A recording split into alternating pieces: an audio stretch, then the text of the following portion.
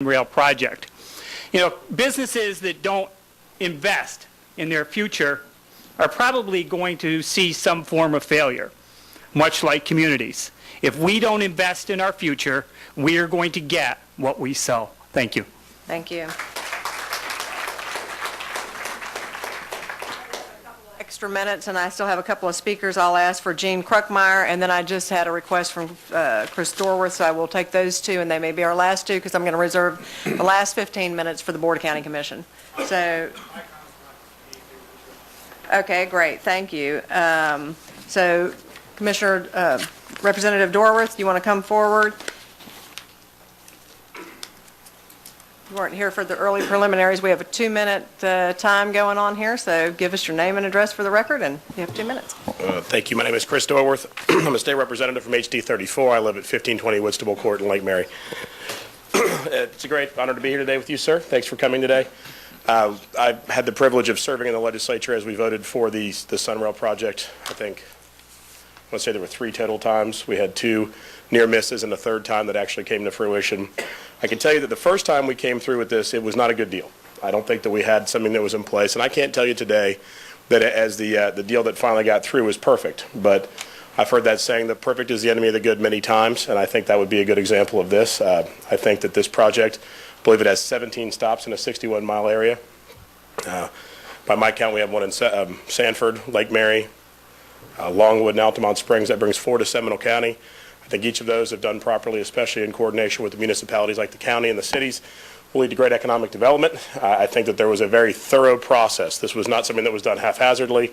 It received dozens of hours of attention from the state legislature. Your predecessor, Stephanie Kopeloussis, and you as the deputy secretary were intimately involved in the process as we went through that, and I can tell you that this got the full vetting it deserves. I believe the deal that passed as is good and is fundamentally sound, and I think it will be successful. You hear a lot of discussion, I've had this conversation quite a bit, I got about 40 seconds left, about whether or not this is going to be successful, whether it will fall in the line with the Tri-Rail in South Florida, which has needed bailouts, or whether it's going to be more like Charlotte, which has been wildly successful. I can tell you I brought my kids this morning, they have to go to camp in a little bit, but wanted them to see, kind of what we were doing here. And, anytime any parent will tell you that, half of the equation is who they are, who their parents are. You have the genetics and you have how you raise them. I think that if you look at Central Florida, I think we are well positioned to have a project that is focused and has good growth around it, that has multimodal transportation and will be successful. We would ask you and the governor please approve this and to see it through to fruition. Thanks, Chairman. Thank you. The rest of the speaker forms that I have will be given to the clerk that will become part of the record, even though you didn't have an opportunity to speak. And as I said, I want to take the last few minutes to start so that you can hear from the Board of County Commissioners. I'm going to start on my far left with Commissioner Vanderwide. We're going to move right on down the path. Secretary, in case you're not aware, Commissioner DeLaurie is the chairman of Metro Plan Orlando, and Commissioner Henley is the chairman of the Central Florida Rail Authority, as well as Links.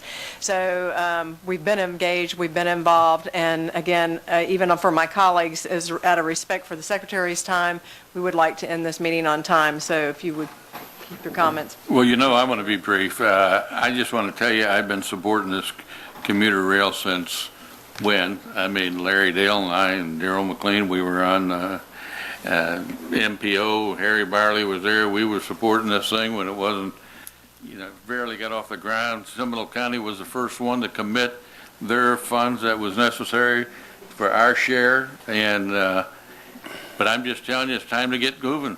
And if we don't start laying these tracks somewhere, now we'll never get it, and we need to do it. And I'm all in favor of it. Commissioner Horan? Thank you, Madam Chairman.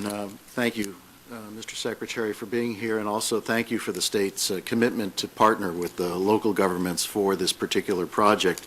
The issue here, of course, is $5 a gallon gasoline. What happens when we get there? We are going to get there. The people who are talking about